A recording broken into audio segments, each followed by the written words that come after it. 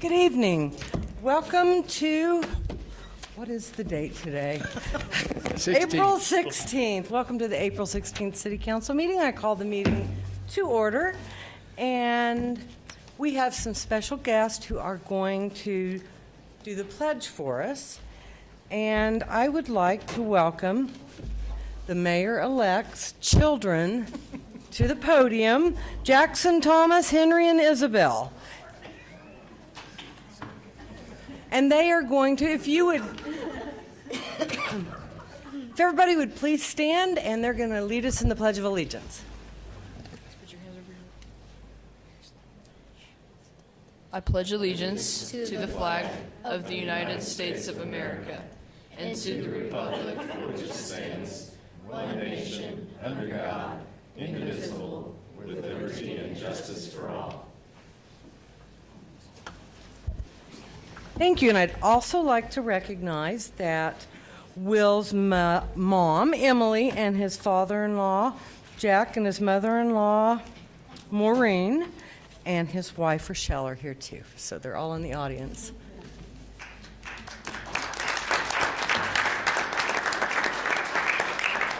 I need to do next?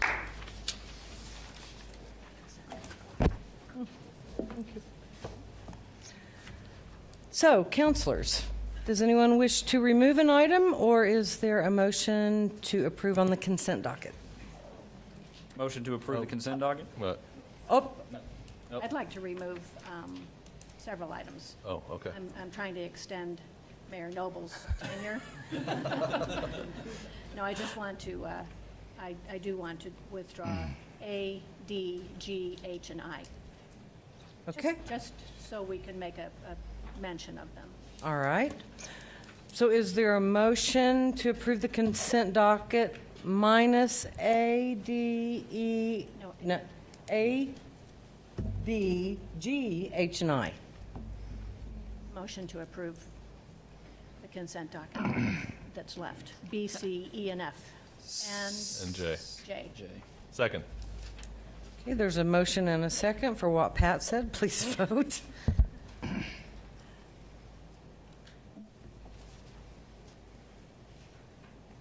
And we have a 5-0 vote. And we have a special presentation and proclamations today. Yeah. Since you're still presiding, you might want to go ahead and deal with these individual items while you're still here. Okay. That item of business up. Okay, what would you like me to do? The items removed. Okay, so let's go to item A, items removed from the consent docket, and the items are A, B, G, H, and I. So let's talk about item A. I just wanted to, I did take these from the consent docket because I think they're really important and interesting to citizens to hear about. Item A is approve operations agreement between City of Stillwater and YMCA of Greater Oklahoma City, Stillwater YMCA Center for operation of the municipal pool. And Mr. McNichol, I think you mentioned you had some figures. I do. When you start talking about hiring temporary individuals to work at the pool and some intangible things, work comp, unemployment, and those kind of things, our savings is in excess of $10,000 on that contract. And we believe that the Y is going to do a great job. Thank you. Okay. Other items that I asked to have taken off, D, H, and I, are related to the pavement.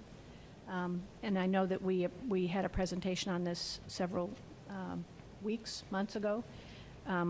This is where it really moves ahead when we approve the bids. And I hope everyone will look at the schedule for the different road projects that will be taken care of.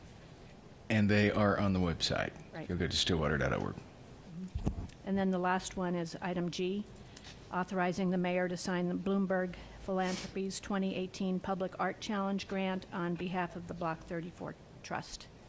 And I just would like everyone to know that we are moving forward on Block 34 piece by piece, and this is pretty exciting, actually. Great. Okay. Motion to approve. You could actually approve all 5 of these items at once with one motion if you like. Okay. Motion to approve all 5 of the items that had been removed from the consent docket. Second. There's a motion and a second to approve all 5 of the items. Please vote.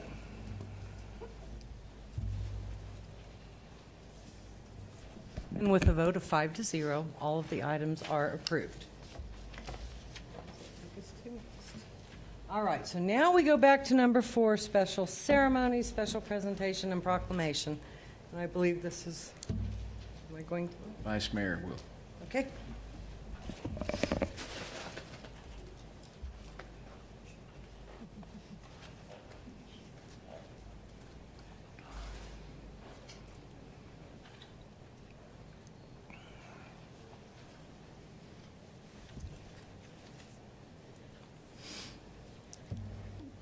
Whereas Stillwater voters elected Gina J. Noble mayor on April 7th, 2015.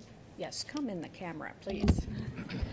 And whereas Mayor Noble presided over 2 of the most significant achievements in recent Stillwater history, the commissioning of the Stillwater Energy Center and commencement of commercial air service at Stillwater Regional Airport, and whereas Mayor Noble championed adoption of a model oil and gas ordinance and trust funds transfer policy, creation of the Block 34 Trust, and an improved relationship with Oklahoma State University, and whereas she will be remembered for her unwavering support of neighborhoods, advocacy for full transparency in all municipal functions, and involving students whenever she could, and whereas during her mayoral tenure, she successfully battled breast cancer and has become a tireless advocate of early screening and detection procedures.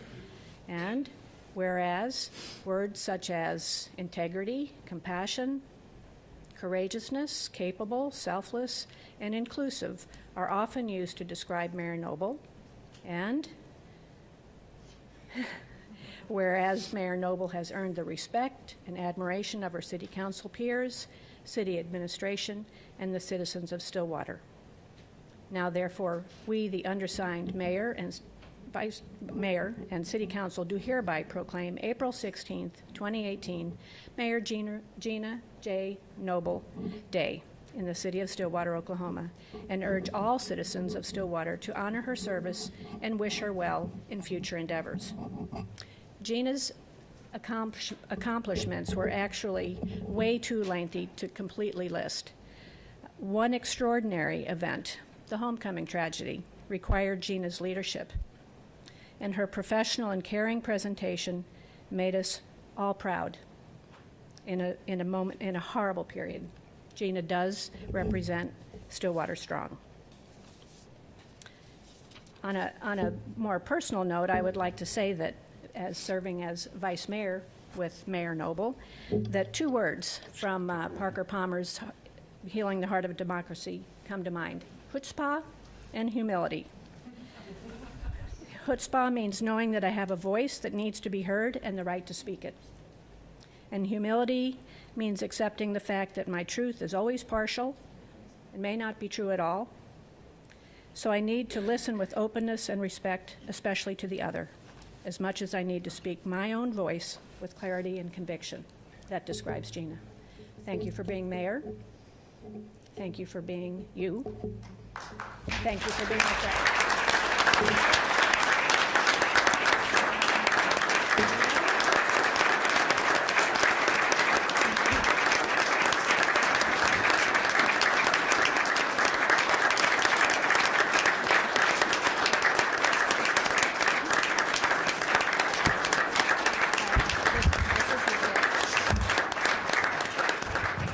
We have a gift for Gina, and in the tradition of anyone who gets to come, most everyone who comes to the podium for this, here's a candy bar. This is this is called Inspired Chocolate Empowering Women. Couldn't be better. Thank you, everybody. Thank you, everybody who attended tonight. I didn't write anything, and really it's going to be very short because I know you have a long agenda, and it makes me giggle a little bit because I don't. But I just wanted to say that It has been my true honor and privilege to do this job and to do it with these people and the people who work in this building and outside of this building and everybody in Stillwater who cares and comes forward. It's just been a pleasure. This has changed my life for the better. And I know it taught my son, who's here tonight, a lot because he started with me when he was in high school. And I was thinking about 2 times that there's so many times it made me proud, but as you all know, I loved when children came and did the Pledge of Allegiance, and sometimes we would meet with them early. And one time I was standing, I believe it was with Norman, and someone asked a group of kids who the mayor was. And I was standing right there. And they pointed to Norman. And I said, really? And that made me laugh. And then to end, I have a dear friend, whose son was little when I started in on city council and as mayor. And he's, I don't know how old he is now, but when he was littler and I became mayor, after about a week, he asked his mom, and this is how I'm going to end this, Mom, can men be mayors? And I thought, wow. Thank you all.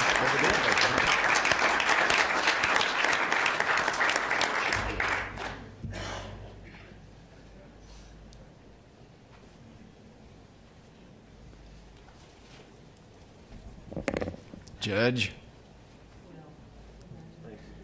I believe this is your part of the evening.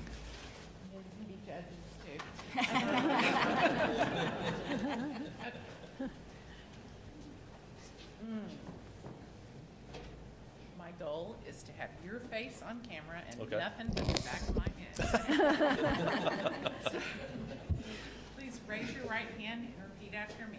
I, William H. Joyce, I, William H. Joyce, do solemnly swear do solemnly swear that I will support, obey, and defend that I will support, obey, and defend the Constitution of the United States of America the Constitution of the United States of America and the Constitution of the State of Oklahoma, and the Constitution of the State of Oklahoma, and that I will not and that I will not knowingly receive directly or indirectly knowingly receive, directly or indirectly, any money or other valuable thing any money or other valuable thing for the performance or non-performance for the performance or non-performance of any act or duty of any act or duty pertaining to my office pertaining to my office other than the compensation allowed by law. other than the compensation allowed by law. And I further swear And I further swear that I will faithfully discharge that I will faithfully discharge my duties of the office of, my it's long, so I'm giving it a break there. my duties of the office of City of Stillwater Counselor, Office Number 5, Mayor. City of Stillwater Counselor, Office Number 5, Mayor, To the best of my abilities. to the best of my abilities. Congratulations. Thank you.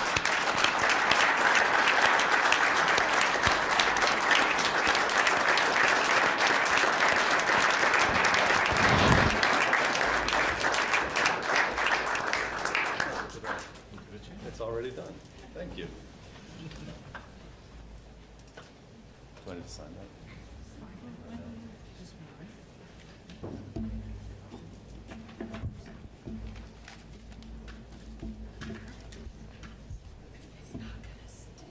Need help?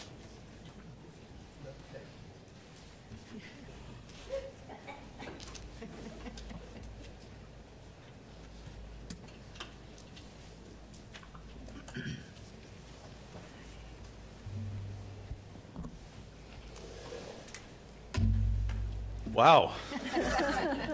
Thank you all for being here. I was going to do a big inaugural address, but it's not on the agenda, so we'll skip over that, and we'll go right into item number 6 on our agenda, which is the election of our vice mayor. I think this is my motion to make, and I think Councilor Vice Mayor Darlington has served us well as vice mayor over the past few years, and I would like to nominate her and make a motion for her to continue as vice mayor in the city of Stillwater. Motion. Second. We have a motion and a second. Please vote. And by a vote of 4-0, Councilor Darlington is reelected as Vice Mayor of the City of Stillwater.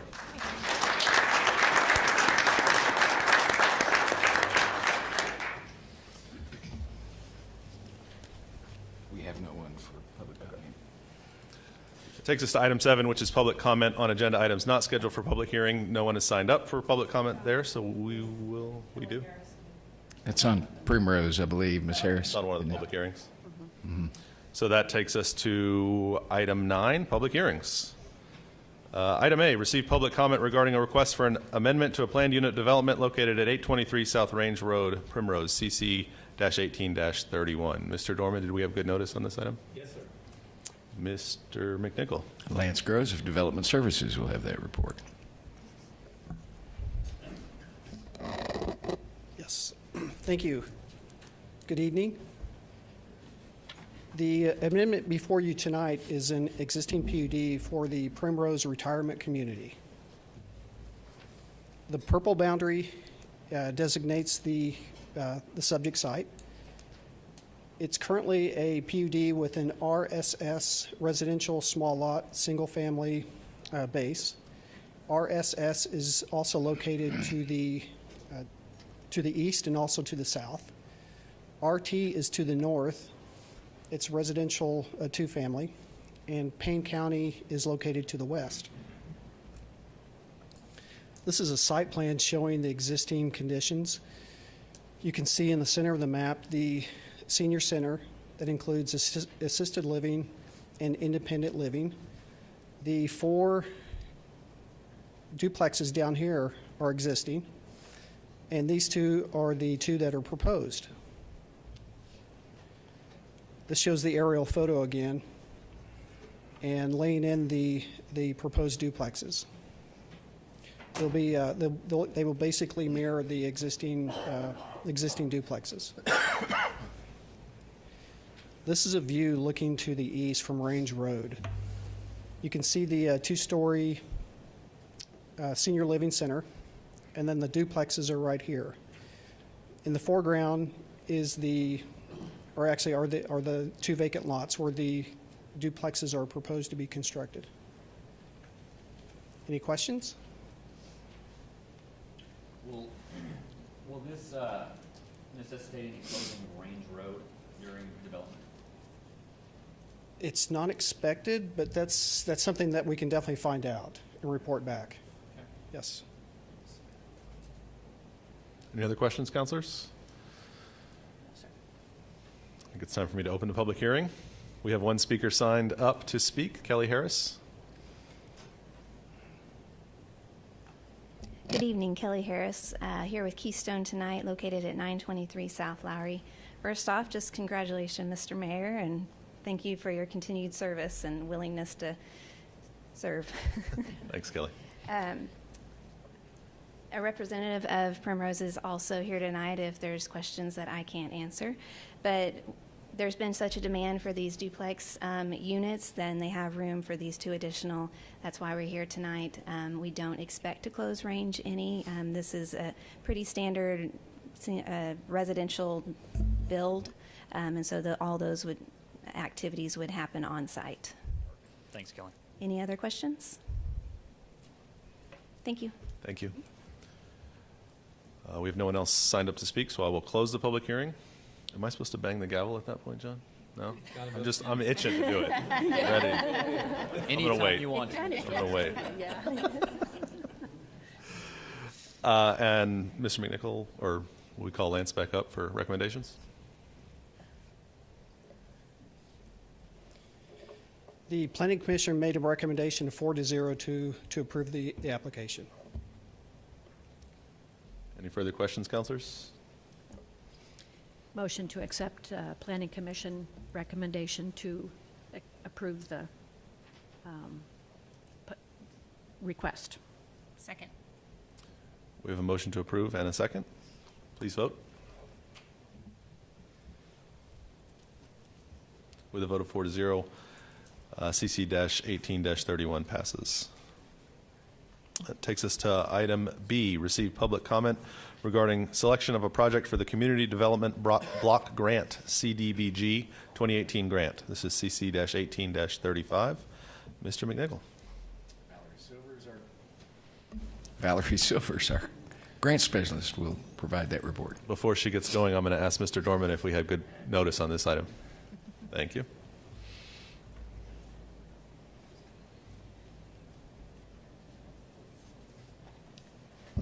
Hello, congratulations. Thank you.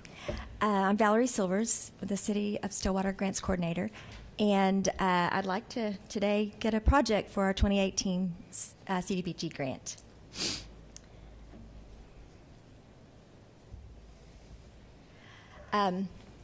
The preliminary amount for the grant is $83,500, and with the one-to-one required match, it would be around $167,000. We should have the final figures before too long, but right now that's where we are with it.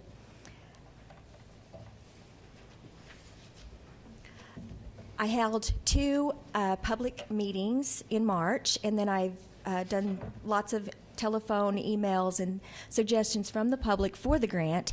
These are some of the things that kind of were, for the most part, eligible, good prospects for it.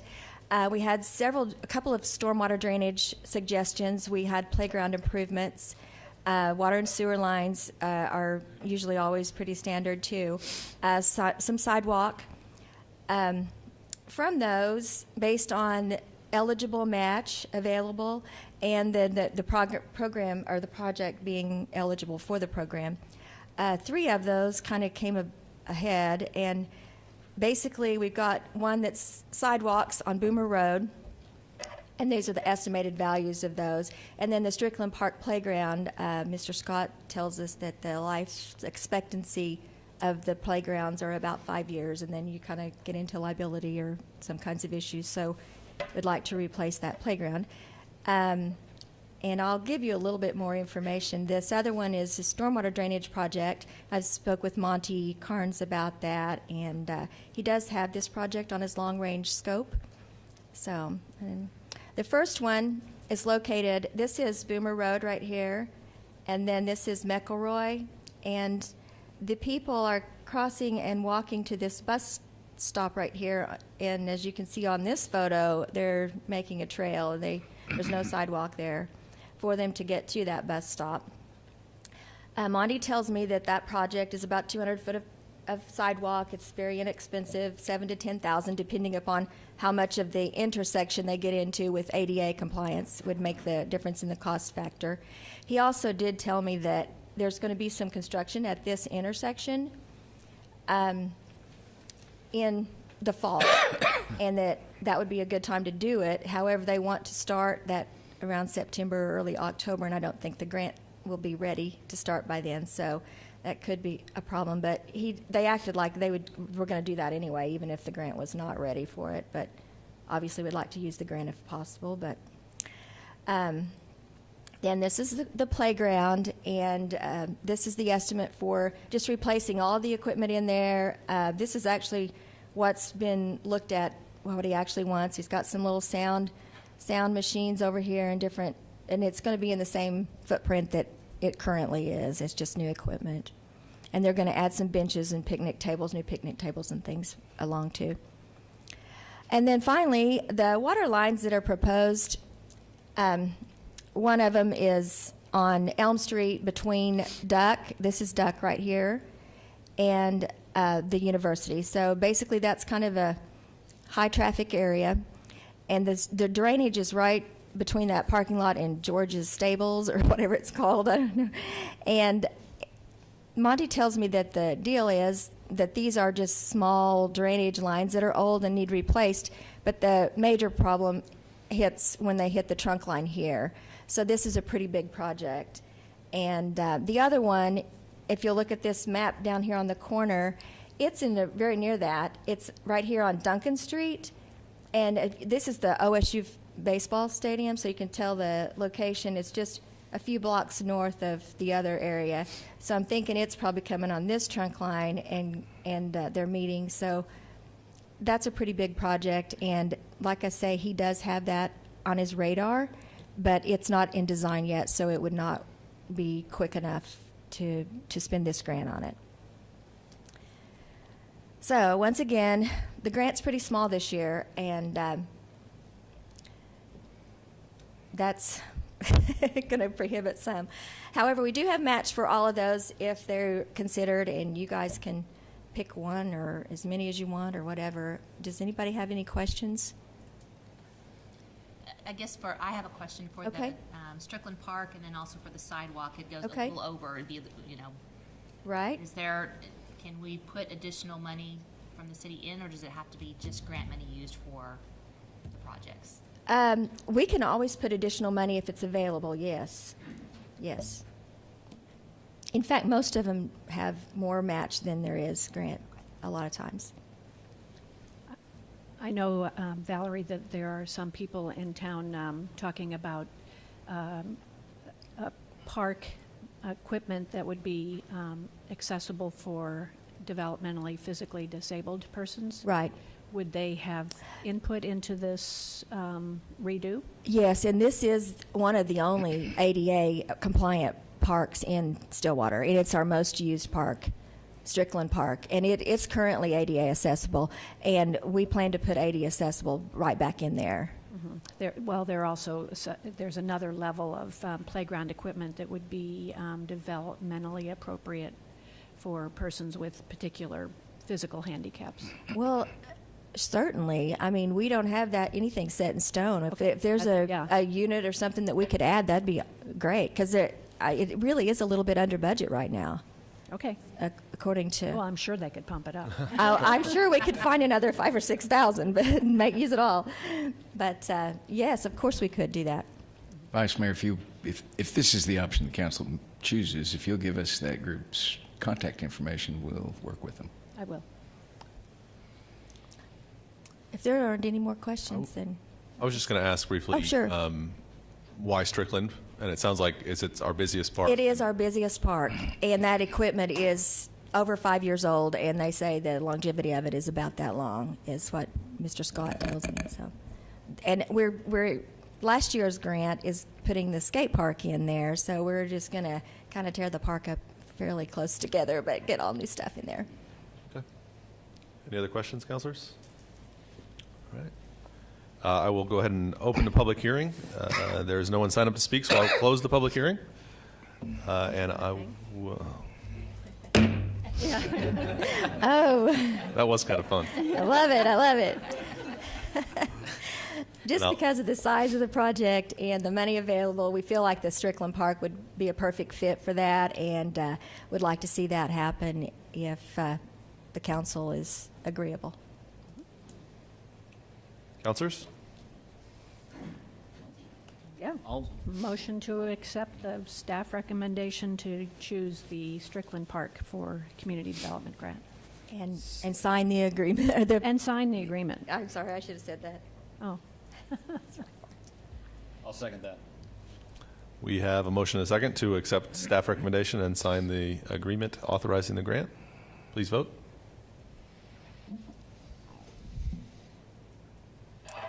With a vote of 4-0, the motion passes, and item CC 18-35 is approved.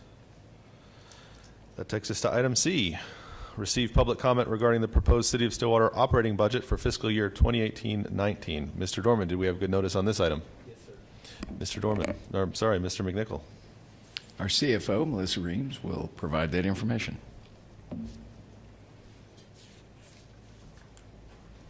Let me add my congratulations. Thank you. Very pleased to be serving with all of you. I did provide and provided these to the audience as well, an analysis, if you will, of the general fund budget for this next year, proposed fiscal 19. When looking at the general fund in this particular format, I've tried to eliminate all the transfers in and out, which I know muddies the waters. I get that. And so I tried to boil it down so we could really be looking at apples to apples, so to speak.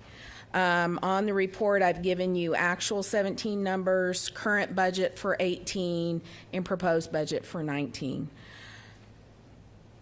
Probably the biggest change you'll see is down at the bottom. We've been using the terminology sources of cash, so that's money coming in the door, and uses of cash, that's money going out the door. And then we're looking for the stopgap measures on the shortfall, because there is a gap between the revenue that comes in and the expenditures that go out the door. And the biggest portion of that stopgap measure is the transfer from the utility into the general fund. Questions? I don't have questions, but once again, thank you for breaking this down so that we You're have an welcome. understanding of how this is all allocated. The finance team goal for this next year is to try and provide you these numbers on a quarterly basis. That'd be great. And try and get that out in front of everybody.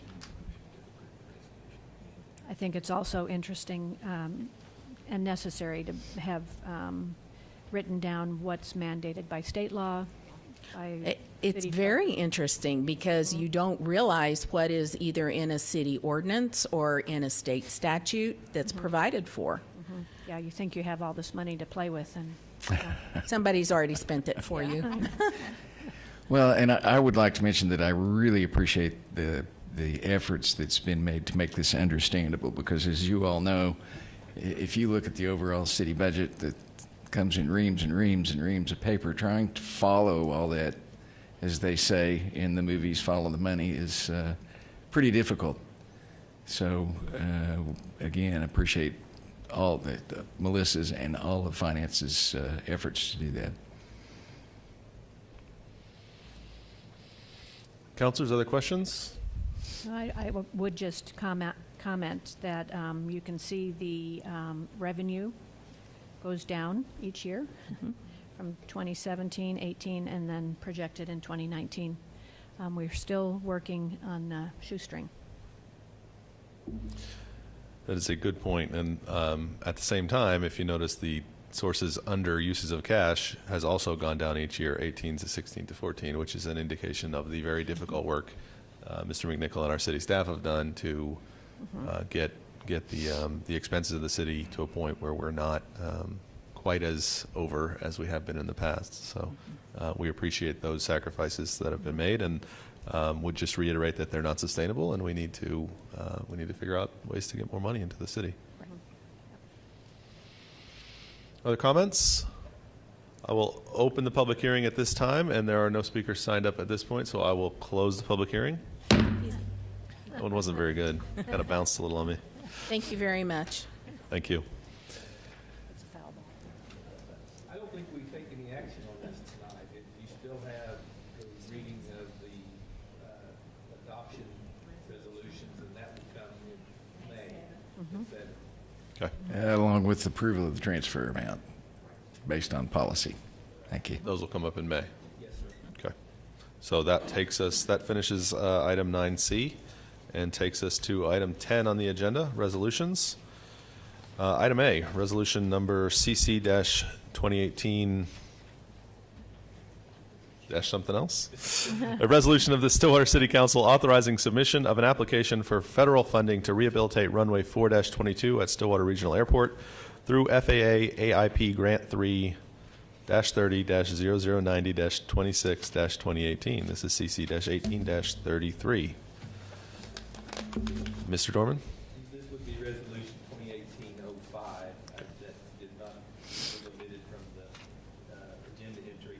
This is a resolution that will authorize the application for an airport's improvement program grant to rehabilitate the runway 422.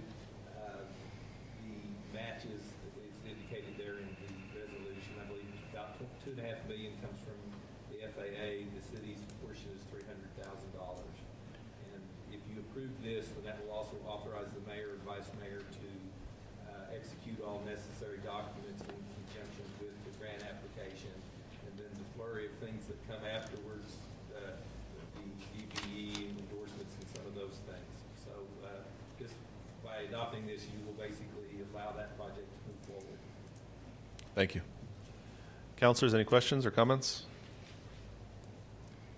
Motion to adopt resolution CC 2018-05. Second. We have a motion and a second to adopt Resolution CC 2018-05. Please vote. With a vote of 4-0, Resolution CC-2018-05 is approved. May I make a comment? Please. We're really excited that the airport is doing so well, and that in June, we're actually adding another round trip. Absolutely. So, Thank you. All right, that takes us to item 11, ordinances. On first reading, item A, ordinance number 3398. Mr. Dorman.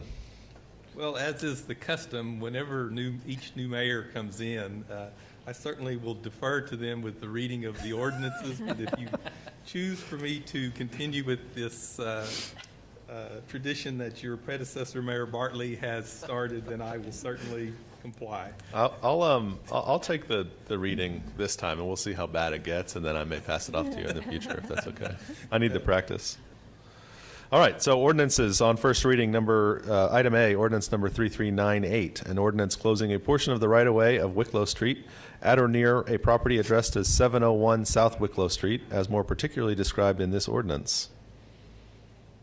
That's all I have. Am I supposed to read more? And the title is descriptive of what's happened. You heard this matter at the last council meeting, and this will close that eyebrow piece on Wicklow Drive. Yes. Councilors? motion to move ordinance 3398 to second reading. Second. We have a motion and a second to advance ordinance number 3398 to second reading. Please vote. With a vote of 4-0, ordinance number 3398 is advanced to second reading. Item B, ordinance number 3401, an ordinance closing portions of a public drainage easement located within the Arbor Village addition to the city of Stillwater on properties addressed as 51 through 81 Arbor Circle and as more particularly described in this ordinance. Same announcement on this one. It's descriptive of what the item is. Councilors? Motion to advance ordinance 3401 to second reading. Second. We have a motion and a second to advance ordinance number 3401 to second reading. Please vote. With a vote of 4-0, ordinance number 3401 is advanced to second reading. Item C, ordinance number 3402. I think you picked a good night to back out of this one. Item number C, ordinance number 3402, an ordinance closing the entire public right-of-way of West Scott Avenue between the rights-of-way of North Washington Street and North Monroe Street, closing certain utility easements in the Houck addition to the city of Stillwater on or near properties addressed as 920 West Scott Avenue and 510 North Washington Street, and closing a public alley in the College Campus addition to the city of Stillwater, lying between Ramsey and Hester Streets and between University and 4th Avenues, on or adjacent to property addressed as 705 West University Avenue, all as more particularly described in this ordinance. Councilors? Motion to advance ordinance number 3402 to second. Second. We have a motion and a second to advance ordinance number 3402 to second reading. Please vote.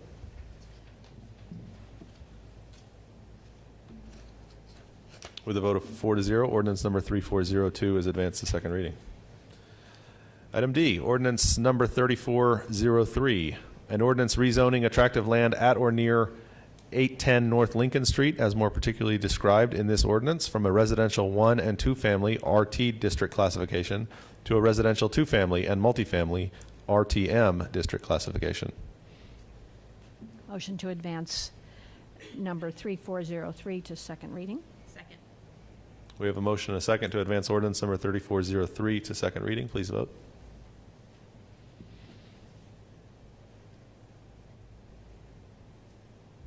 With a vote of 4-0, ordinance number 3403 is advanced to second reading. Doing well, Mr. Mayor. All right, where are we? Item E, ordinance number 3404, an ordinance closing a public alley in the College Heights addition to the city of Stillwater, lying between Knobloch and West Streets and between Matthews and Miller Avenues, on or adjacent to properties addressed as 201 through 229 North Knobloch Street and 220 Northwest Street, and more particularly described in this ordinance. Motion to advance ordinance 3404 to second reading. Second. We have a motion and a second to advance ordinance number 3404 to second reading. Please vote. With a vote of 4-0, ordinance number 3404 is advanced to second reading. This is some kind of like a hazing thing at this point, right? Is that what we're doing here? You guys all in on this? All right, item number F, ordinance number 3405, an ordinance closing a portion of the right-of-way of South Lincoln Street at or near and adjacent to properties addressed as 412 through 416 South Lincoln Street and 1201 West 4th Avenue, and as more particularly described in this ordinance. Motion to advance ordinance 3405 to second reading? Second. We have a motion and a second to advance ordinance number 3405 to second reading. Please vote. With a vote of 4-0, ordinance number 3405 is advanced to second reading. Item G, ordinance number 3406, an ordinance related to business operation in the city of Stillwater, amending Stillwater City Code, Chapter 12, Businesses, Article 4, Itinerant Merchants and Peddlers, Division 2, License, by repealing Section 12-142, fee, and declaring an emergency. This Mr. Gorman. actually requires a little bit of discussion. We've had a number of issues with itinerant merchant licenses, specifically for food trucks, individuals who want to come in and do single events as opposed to buying a yearly license. And so we took a look at this, and I think that the consensus was that we needed to drop the amount of the license fee. So this ordinance would drop the fee from, I believe it's $250 to $50. And then the second part of this is that there's a bonding requirement, which in all candor is somewhat onerous given that most of these trucks come and work a night or two every year. And so we think that we can address the issues that the bond addresses through other things such as littering ordinances and things of that nature. So we're recommending that the bonding requirement be repealed in its entirety. So that's what you have in front of you tonight. When a person applies for a permit, will they have a list of the littering stuff that so they'll be aware of that? We can prepare that for them. Councilors, other questions? Is there any legal difference between the definition of an itinerant merchant or a peddler? In this ordinance, no. In the larger context, there probably is, because an itinerant merchant is usually someone who sets up at a single location, whereas a peddler goes door to door. Okay. We don't need to make that delineation in this, however? No, sir. We apply similar rules to both practices. Perfect. Thank you, sir. So will this change affect food trucks as well as folks who would come sell door-to-door merchandise, that sort of thing? Yes.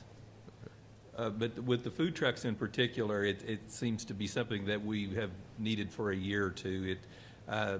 In fact, there's an emergency clause attached to it because the first Food Truck Friday is coming up, and so assuming if this goes through first reading tonight, we would ask that you allow us to bring it back at your meeting next week for a second reading, and then we'll publish the following day and have that in effect before the first event.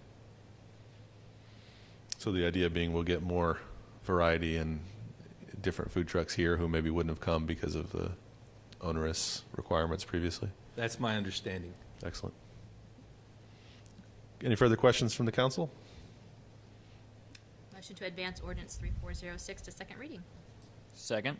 We have a motion and a second to advance ordinance number 3406 to second reading. Please vote.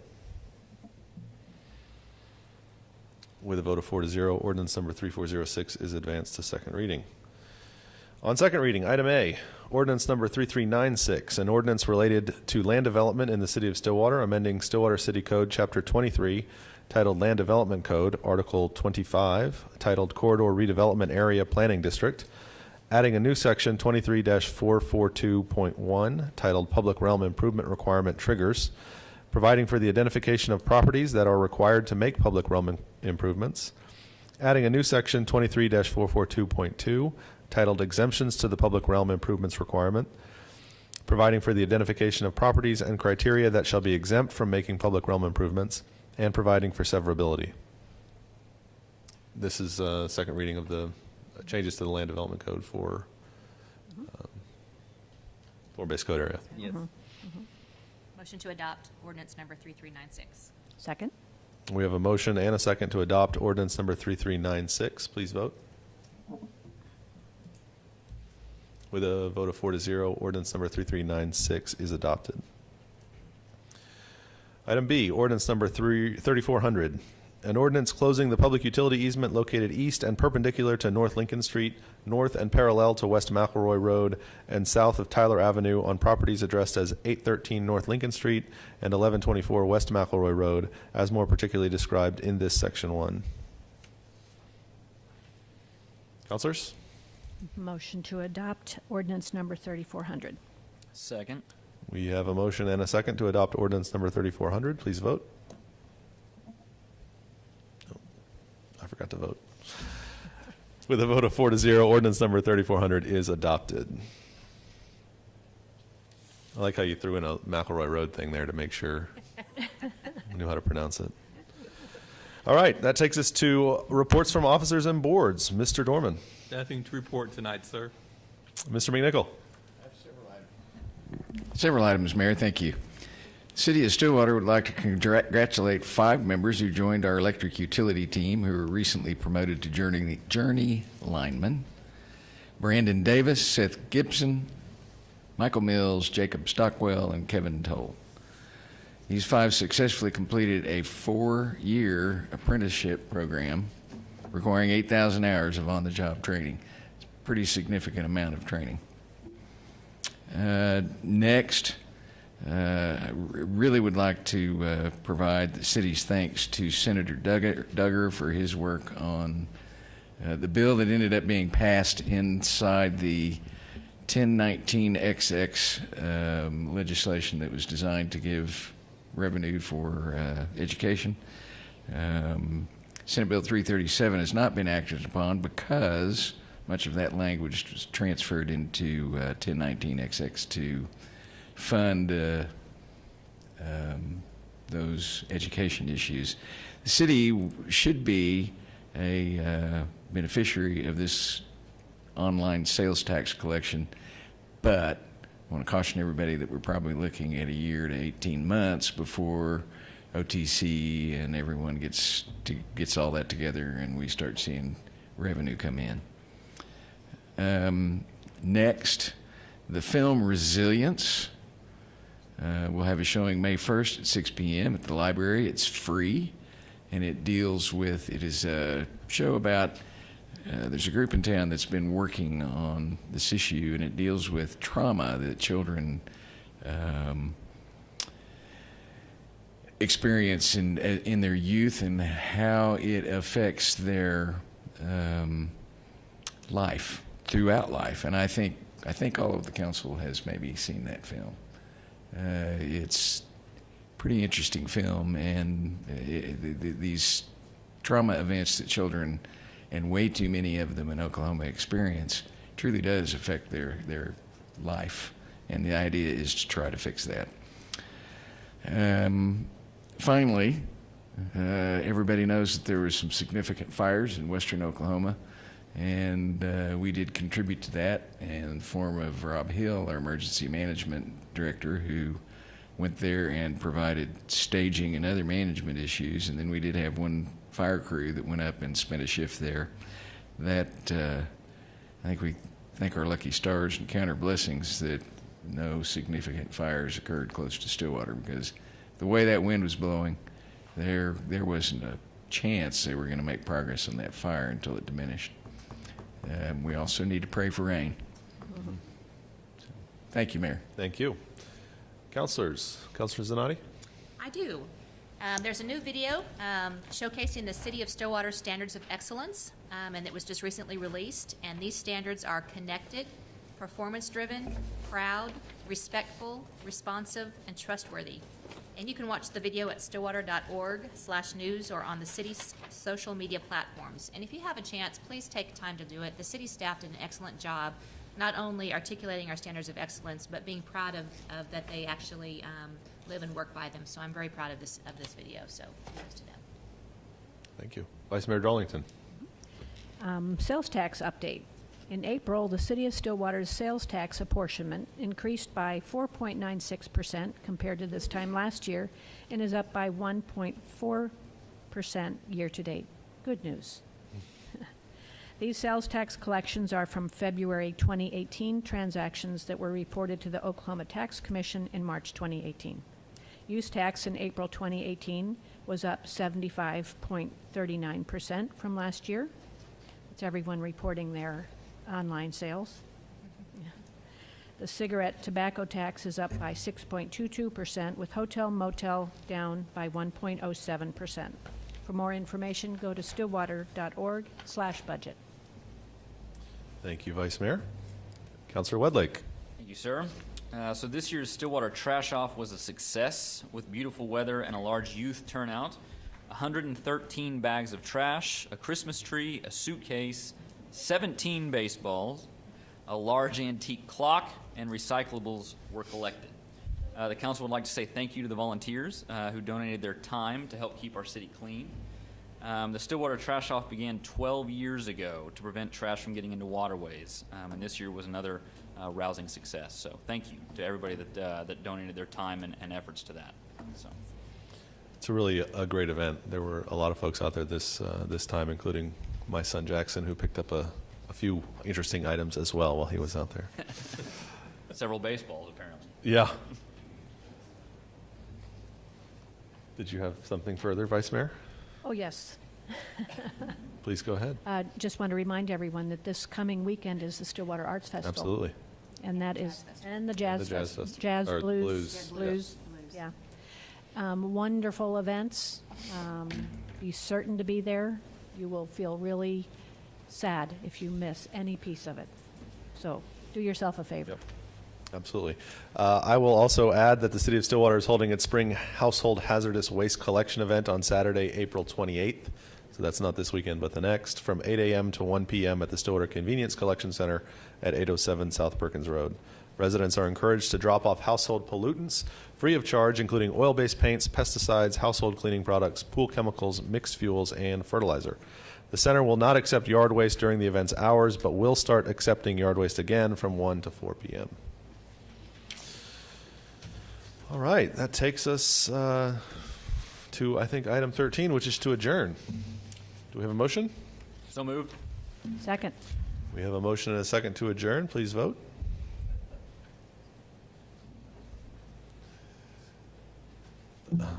I'm looking up there and forgetting to vote. I'm going to have to work on that.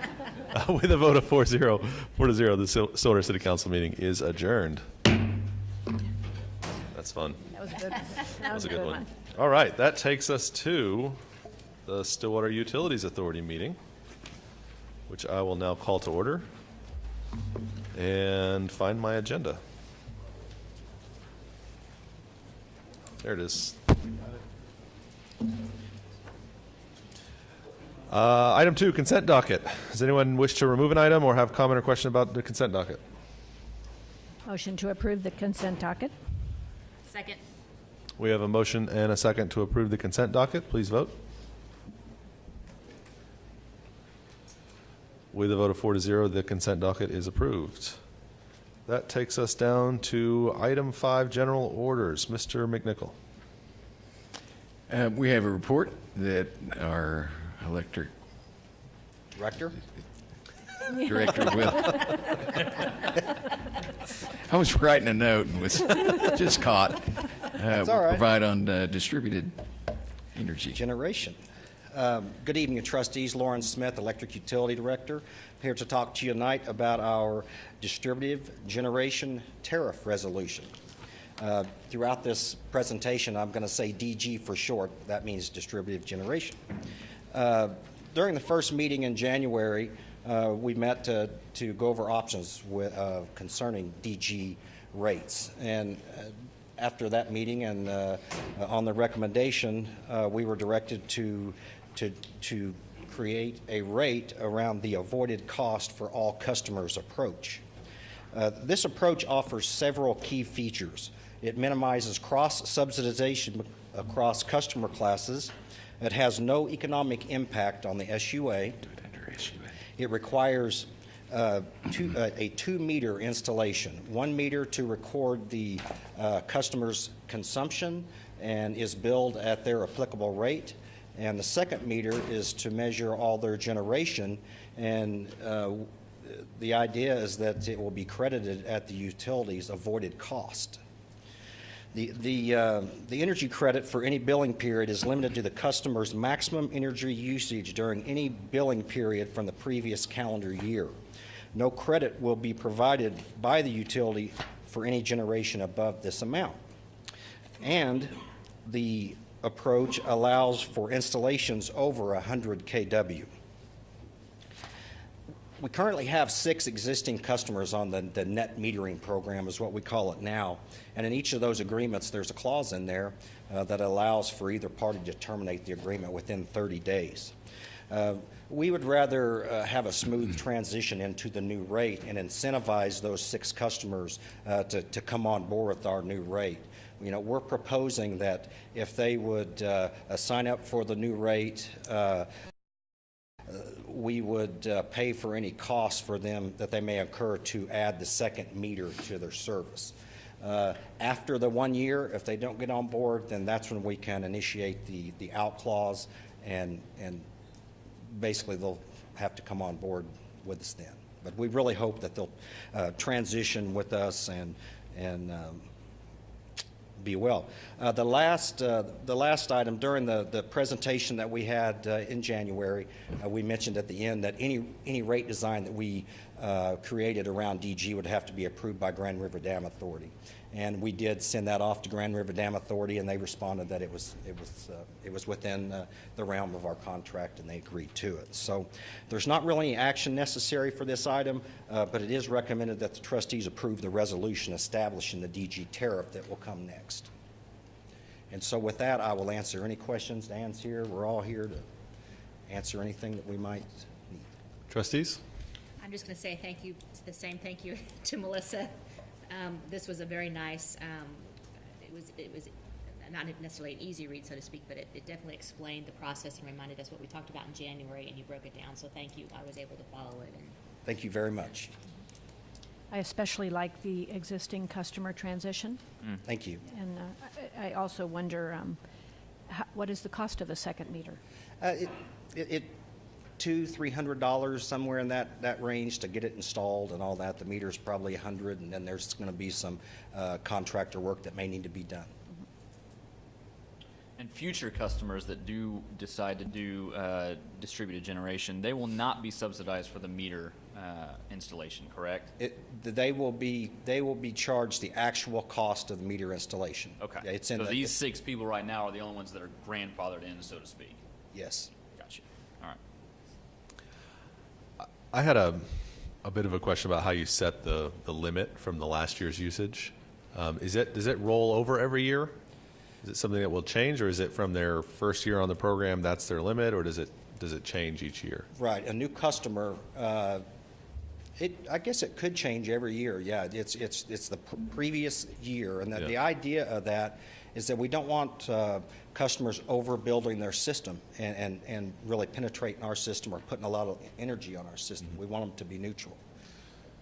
Okay, so then my question of that then is with the 2 meters, does the first meter measure their entire power usage, both from the city system and from their own distributed generation? No, do what? Yeah. Okay. I know you were looking for that. Yes, it measures their entire consumption.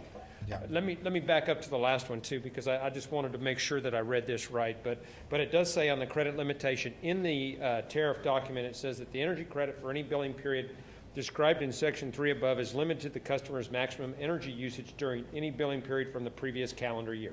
So that's established in their first year. So okay, and then each succeeding year, you're just looking back 1 year. You're not looking back to when they first started in the program. The way that it's written, it would say it says for for the energy credit for any billing period described above is limited to the customer's maximum energy usage during any billing period from the previous calendar year. So yes. Yeah, okay.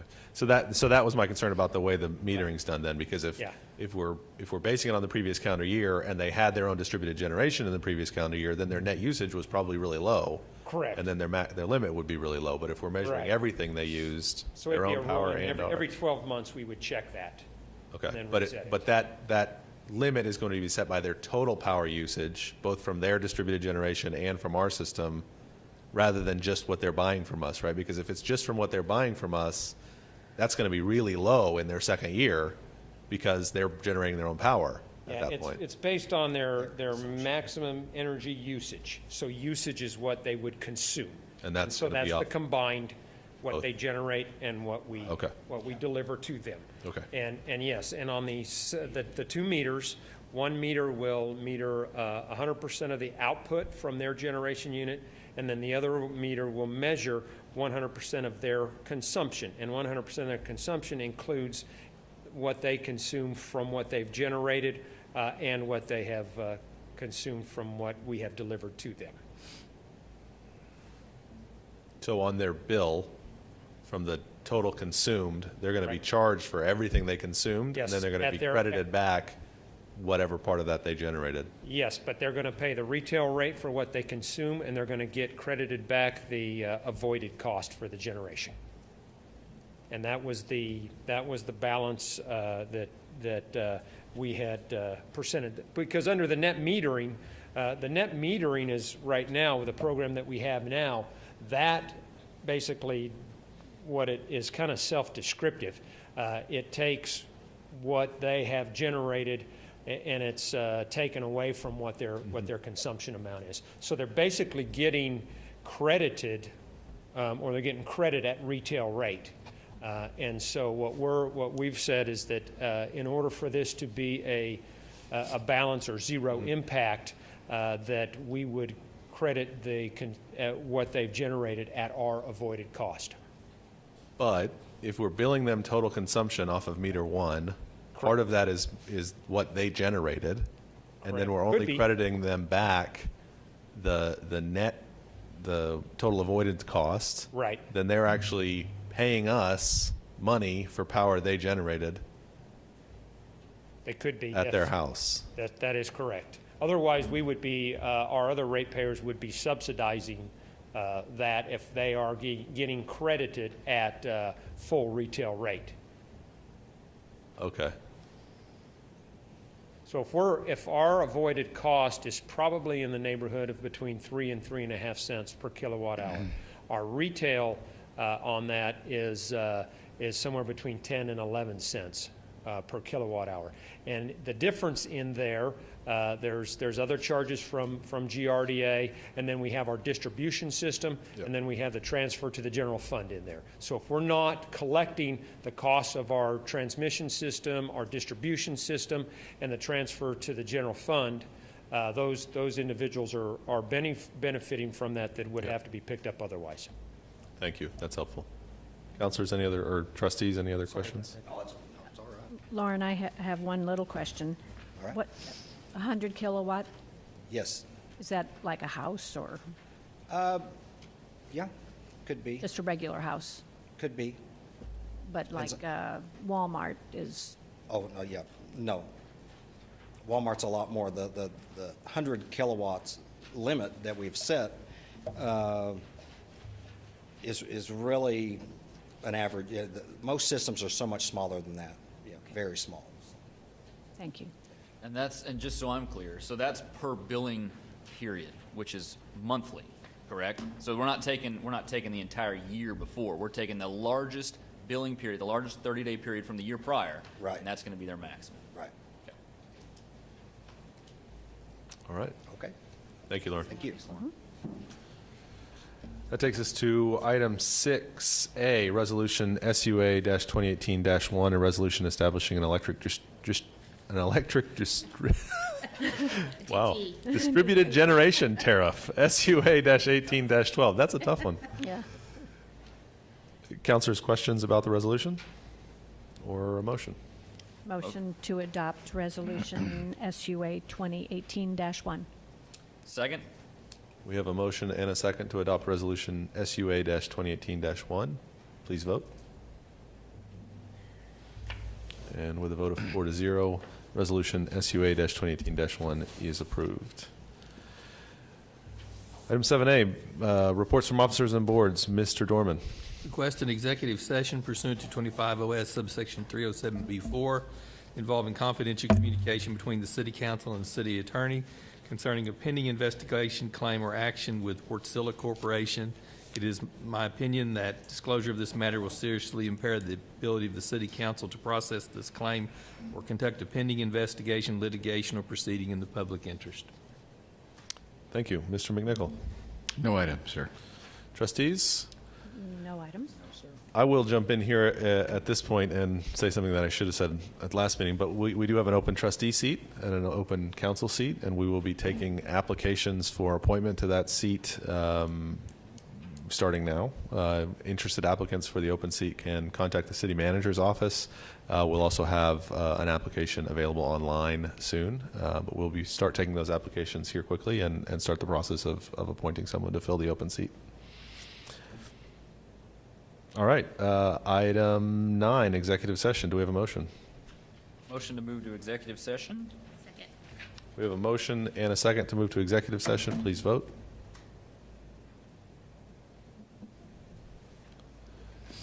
We have the vote of 4-0. We are moving to executive session on the SUA. We will return here and come back for SEDA's meeting after we're done with the executive session.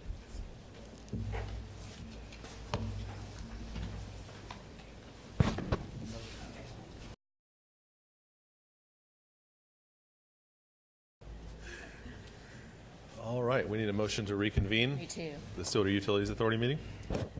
Motion to reconvene. Second. We have a motion to reconvene in a second. Please vote. With a vote of 4-0, we're reconvening the Stillwater Utilities Authority meeting. We're not recommending any action on the executive session item, sir. Thank you. We have a motion to adjourn. So moved. Second. We have a motion and a second to adjourn. Please vote. The vote of 4-0, the Stillwater Utilities Authority meeting is adjourned. All right. It's fun. I like it. Stronger. Getting good at that. All right, that takes us to the Stillwater Economic Development Authority meeting for today, April 16, 2018. I'll call the meeting to order. It's